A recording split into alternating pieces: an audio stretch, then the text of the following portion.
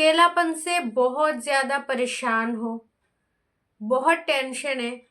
किसी किसी का डाइवोर्स हो चुका है, कोई कोई जो है शादी नहीं करना चाहता है, या फिर कोई ऐसा इंसान है जिसका शादी नहीं हो पा रहा है, बहुत ज्यादा ट्राई कर रहा है, बहुत सारे रिश्ते आ रहे हैं, लेकिन उसके बावजूद भी उसका जो है शादी नहीं हो रहा है, टूट रहा है। काफी एज भी हो गया है और बहुत सारे लोग ये टेंशन में कि अगर शादी नहीं होगा तो जीवन कैसे व्यतीत करेंगे, हमारा फ्यूचर का क्या होगा, हम कैसे जिएंगे अकेले में। तो बहुत सारे लोगों के लाइफ में ना बहुत सारे परेशानी है। कोई शादी करके परेशान है कि शादी हो गया, डाइवोर्स हो गया, अब वो अकेला पड़ गया। कोई कोई ऐसा भी इंसान है ना हमारे समाज में कि दूसरी शादी कर ली, उसके बावजूद भी अकेला हो गया। आपने देखा होगा कि एक बंगाली एक्टर्स है, बंगाली में अगर मूवी वगैरह देखते हो तो बंगालियों में एक लड़की ने 3 3 शादी की लेकिन एक भी टिका नहीं है। तो देखो, जरूरी नहीं है कि आपका शादी होने के बाद आपको साथी मिल जाएगा और साथों जन्म आप उसके साथ ही रह लोगे, क्योंकि आजकल के ज़माने में कोई रिश्ते का कुछ भी भरोसा नहीं है। किसी रिश्ते का कोई भी जो है गारंटी नहीं है कि ये साथ देगा, साथ चलेगा। चाहे अरेंज मैरिज हो, चाहे लव मैरिज हो, आजकल शादी अब घर घर में टूट रहा है और किसी के साथ शादी नहीं हो रहा है। अलोनलेस, अकेलापन से वो बहुत ज़्यादा तंग आ चुका है। तो उससे हम बाहर कैसे निकले, इसी विषय में आज हम बात करेंगे कि लोग परेशान हो रहे हैं, लोग इतना ज्यादा टेंशन में हैं। बहुत सारे लोग सोच रहे नहीं, बुढ़ापे में कोई तो होना चाहिए साथी, भले वो सेवा करे ना करे लेकिन हमारे साथ तो दे, हमारे साथ तो रहे, हमारे साथ तो चले। तो देखो, आप जैसे एक्सपेक्टेशन कर रहे हो वैसा होता नहीं है। आप सोचो, बचपन से जो जो आपने प्लान किए थे या फिर कुछ भी सोचे थे हाल फिलहाल में, साल 2 साल पहले, वो हुआ था? नहीं, होता नहीं है बेसिकली। तो हम सोचते हैं कुछ और लेकिन ऊपर वाला हमारे लिए प्लान कुछ और ही करते हैं। और रही डाइवोर्स की बात, तो आप बोलोगे कि डाइवोर्स भी ऊपर वाला ही सेट करते हैं क्या? नहीं, डाइवोर्स ऊपर वाला सेट नहीं करते। किसी धर्म में, किसी शास्त्र में ये नहीं लिखा है कि आप अपने धर्म पत्नी को या फिर अपने पति को छोड़ दो। ठीक है, कहीं पे भी नहीं लिखा है, ये बहुत गलत है। तो डाइवोर्स क्यों होता है? देखो, डाइवोर्स लड़का का भी गलती होता है और लड़की का भी गलती होता है, दोनों के मर्जी से ही डाइवोर्स होता है। और डाइवोर्स तुरंत नहीं देना चाहिए। जो जो मैरिड कपल मेरा वीडियो देख रहे हो, बहुत ज़्यादा परेशान हो अपने रिश्ते से, आपको बिल्कुल मन नहीं है रिश्ता निभाने का, अंडरस्टैंडिंग मैच नहीं हो रहा है, फिर भी सोच लो कि अगर जहाँ पे आपका बिल्कुल सम्मान नहीं किया जा रहा है, आपके भावनाओं का जो है बिल्कुल भी वो लोग मूल्य नहीं देते, तब जाके आप सोच सकते हो अलग होने के लिए। वरना छोटी मोटी बात के लिए या छोटी मोटी दिक्कत के लिए अलग होने का डिसीजन मत लो कि घर में पैसा नहीं है, खाना नहीं है, हस्बैंड काम पे नहीं जाता है, कुढ़िया है, लेजी है, ये सब छोटे मोटे कारण लड़ाई झगड़े के वजह से आप अलग मत हो।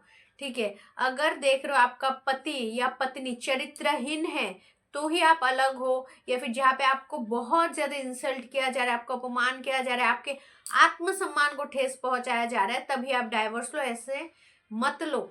ठीक है, तो ये सब बातों का भी ध्यान रखें, क्योंकि कभी कभी हम ना समझ बन जाते हैं। और आजकल के ज़माने में जो लोगों का गुस्सा है ना, वो बहुत ज़्यादा आता है। लोगों को छोटी छोटी बातों पे गुस्सा, हर एक छोटी छोटी बातों पे लड़ाई स्टार्ट कर देता है। तो थोड़ा सा काबू करो अपने आप में। तो अकेलापन से आप कैसे बाहर निकलोगे? ये तो हो गया शादीशुदा की बात। और जो अनमैरिड है वो, उनका क्या होगा लाइफ में? देखो, अगर आप समझने जाओगे ना, तो अकेलापन एक इतना अच्छा चीज है ना कि जो अकेलापन को समझ गया उसको बहुत प्रिय लगने लगेगा ये अलोनलेस, एकदम शांति, ना ही किसी का इंसल्टिंग, ना ही किसी का कचर पचर, ना ही किसी का अपमान बदनाम, कुछ भी नहीं।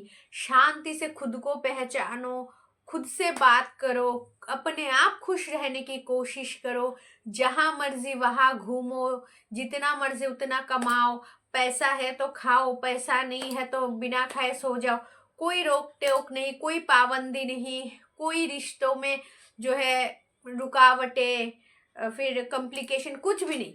आजाद, इतना आजाद कि लोग तरसते हैं ऐसे जिंदगी के लिए। बहुत सारे लोग डरते हैं अकेलेपन से कि नहीं अकेलापन है, नाम से ही डर लगता है। और यही डर लोगों को पूरा जिंदगी भर गुलामी खटवाता रहता है। ट्रस्ट मी, जो अकेलापन से डरता है ना वो पूरा जिंदगी भर गुलाम बन के रह जाता है। चाहे वो परिवार के लिए, चाहे हस्बैंड के लिए, चाहे वाइफ के लिए, चाहे ससुराल के लिए, हर इंसान गुलाम बने है। क्यों? क्योंकि उससे अकेलापन से डर लगता है। और जो इंसान अकेलापन को बिल्कुल भी नहीं डरता है, अकेलेपन को बहुत अच्छे से जीता है, खुश है, उससे कभी भी कोई दबा नहीं सकता। क्योंकि वो अपने मन मर्जी का मालिक है, किसी का औकात नहीं है कि उससे नीचा दिखाए। क्योंकि उससे अच्छा लगता है अकेलापन, उससे किसी से मतलब नहीं है। तुम रहो ना रहो, मेरी जिंदगी में दफाओ, मुझे कोई फर्क नहीं पड़ता। ऐसे इंसान ना हमेशा खुश रहता है, एटीट्यूड में रहता है। उनके लाइफ में कोई टेंशन, कोई परेशानी नहीं। खुद कमाएगा, खुद जिएगा, खुद खुश रहेगा।